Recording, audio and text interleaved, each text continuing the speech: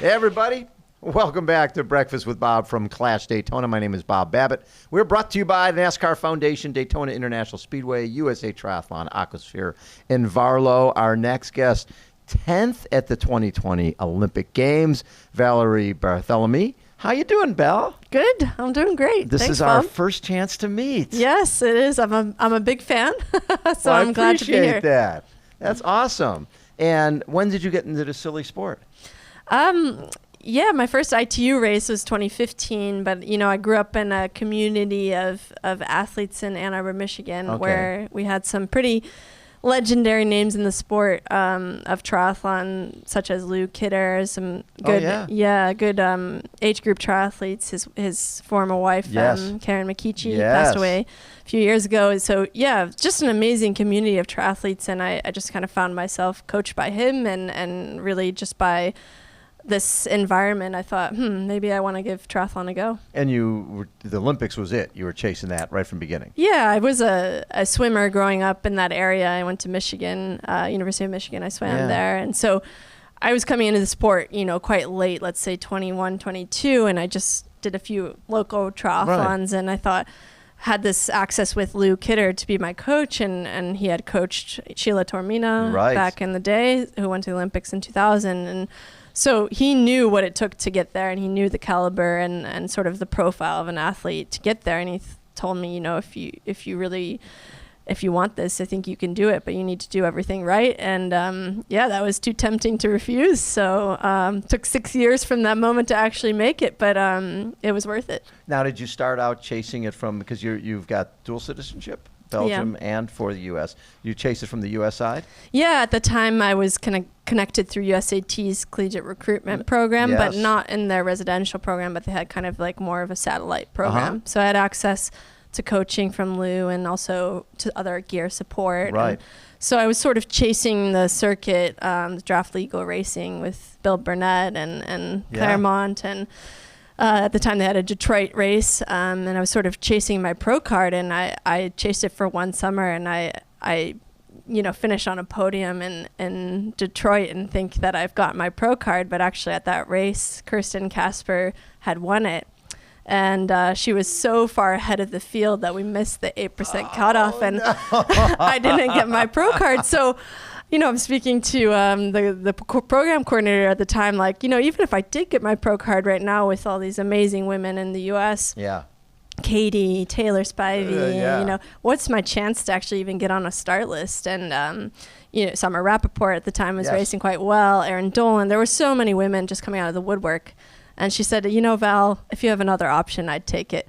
And I thought, this is the best thing anybody could have told me right now. And I just, At least she was being honest. Yeah, she was being honest. And for me, it was the best trajectory I could have asked for, because it gave me the time I needed to develop and learn the sport and not feel so crunched for, performances that I just wasn't ready at that time to do. So then you reach out to performance folks in Belgium and say, I'd actually already reached out to them early in the summer just to see what the opportunities were. And they said, you want to race for Belgium? Here's a pro card. So they were looked at desperate. your times and they're like, hey, there you go. Yeah, they were happy to have, I actually had another one in front of me, Claire Michelle, who was kind of a similar story. She's born in the U.S., ran for Oregon, to Belgian parents as well, and she was on her way to qualify for Rio, so they saw an opportunity with me, and they were happy to have me in the door, and that gave me the time I needed to develop in the sport. Now, did you have to train in Belgium? No, there wasn't any requirements, but I sort of realized fairly quickly, getting to know Claire, and I was working as an engineer part-time. I was training in Michigan, which is obviously not a triathlon mecca in the winter, and realized, if I want to make it, I need to level up my whole environment. And I left everything behind, including my job, and moved across the world, didn't have any funding, and brought my now husband with me. Well, tell me the story of that too, because you had made a decision, okay, I'm going for this, and you guys had just been dating, and take me through what happened next. Yeah. So I was just good friends with my now husband at the time, and we were having fun. I was like, fifth year at university, done swimming collegiately, so I was going out a lot, partying, and just having a normal student life, you know, and we just had this great group of friends. And, you know, as the semester went on, I thought, you know what, I'm sort of missing sport. And if I really want to do this, I've always had this Olympic dream, like, maybe it's time to buckle down. I would regret not giving it a go. And so as I started dating Carl a bit, I thought, I better tell him, like, this is just not going to work out. I'm going to wake up early for morning practice. Like, and I told him, like, you know what, I think I really have this dream. I really want to go to the Olympics. I think it's quite a far shot. I'm going to have to give it a lot to get there. I just don't think we're going to work out. You know, it's just not, you're not going to want to wake up at 5 a.m. every day. And he goes, first thing he says to me is like, you want to go to the Olympics? That's so cool. Let's make some T-shirts.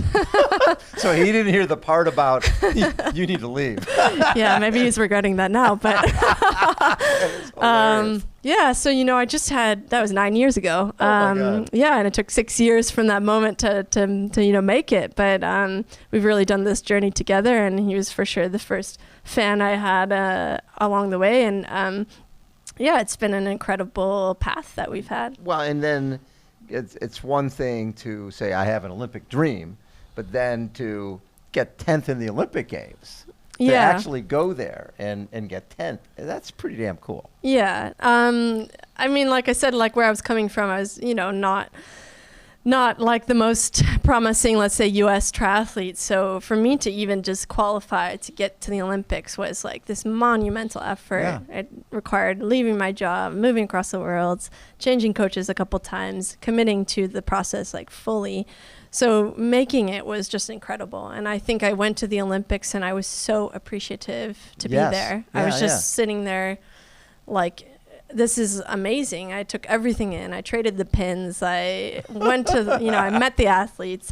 Any opportunity that was at the village that I could take advantage of, I did. And I think I just came into that with such appreciation, and that like anything that happened on race day was just a bonus. And then, yeah, to have my best ever result ever. I'm just going to say, I'm looking at this going, in 2017, you're 31st at Rotterdam, and then 2018 it's 26th, 20th, 40th, 37th, and then 31st, 14th, 20th, 16th, 29th, 10th. Yeah.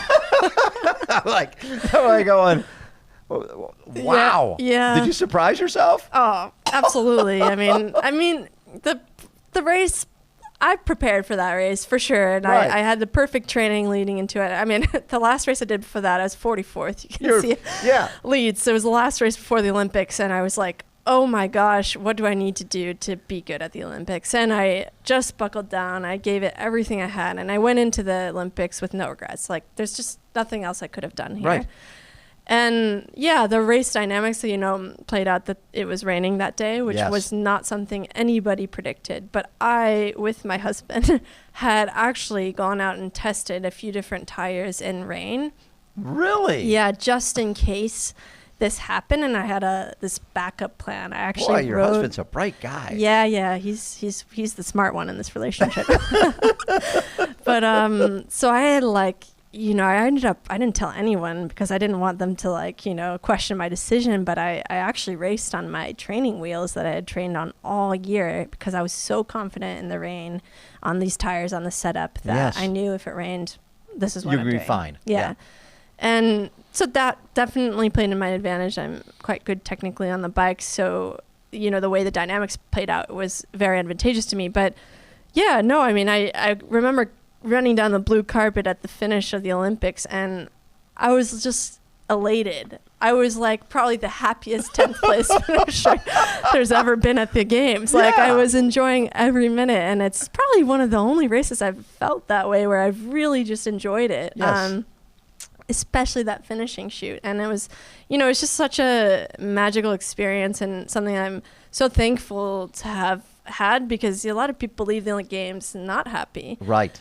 And I just never wanted that to be me. I thought, this is what I've worked my whole career for. And it was such a long shot for me for so many years. Yeah, just to be on the team. Yeah, exactly. I better enjoy it. And it really worked out for me. So that is unbelievable. That is so cool. And then this last year, again, Yokohama, Leeds, Cagliari, will this be your first long distance race? This will be my first long distance race. Yeah. Yeah. I mean, honestly, I really think I'm an athlete that's like the shorter the better. So like, the mixed relay distance is really my bread and butter. That's my engine is perfect for that. But yeah, I've been following the long course scene. I just got to say, I was saying I'm a big fan of yours. I've been really paying attention this year. And there's a lot happening right now on this distance, on the PTO distance, on half Ironman, Challenge, Clash. Yeah, we have Ironman. A lot of overlap with athletes who are friends of mine that I'm following quite closely as they jump up in distance. And that's for sure not to say I'm underestimating it or the level of competition, but I just find that this itch to at least try it once. And, why not? And see if it's something for me and be part of this atmosphere right now. It's pretty incredible time in triathlon. It's a great time, and it's sort of a golden age a little bit with the PTO, Clash, Challenge, Ironman, 70.3. You can do all that stuff without even thinking about doing a full Ironman. Yeah, exactly. Especially as someone, a sprinter like yourself, the last thing you want to be is doing something for 9 hours. Yeah, I think that's not really what's for me, but like you said, you never really know. But you don't know. Yeah.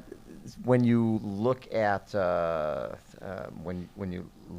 look at 2024, is that a goal to go to Paris? Yeah, absolutely. That's definitely like a big goal. I finished 10th, and I thought at the time going into the games, I thought like I'll do the Olympics and then I'll move on. Like I'm 31 now, right. And maybe I'll get a job and use my engineering degree. I don't know. Like maybe this is enough. It took a lot to get there, and it took a lot out of me after. And I gave myself a 10-week break.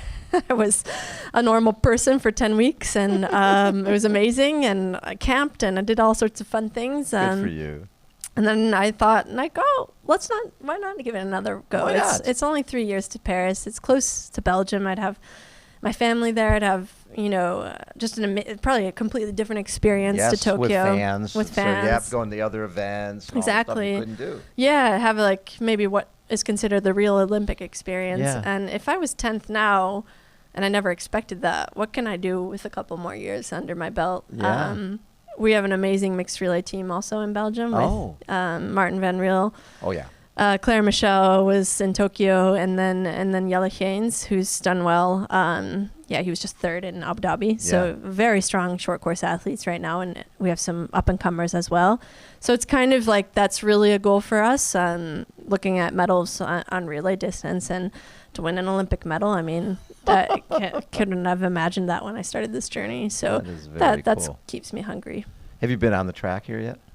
I just walked on it. I think it's a different thing to race on it, but I'm excited to get out there. I'll be on it tomorrow morning. Have you spent much time on the TT bars? No, I'm actually riding my bike that I had in Abu Dhabi. Bike. Yeah, I know it's going to be a little bit of a disadvantage, but I got a disc wheel. I got the aero helmet, changed my position a bit, and it's an aero frame. I mean, it's not perfect setup, but I think it's okay. Why change stuff at this late? You saw what happened with Taylor Knibb when she went to Collins Cup and rode her road bike, and everybody was laughing until she outsplit everybody.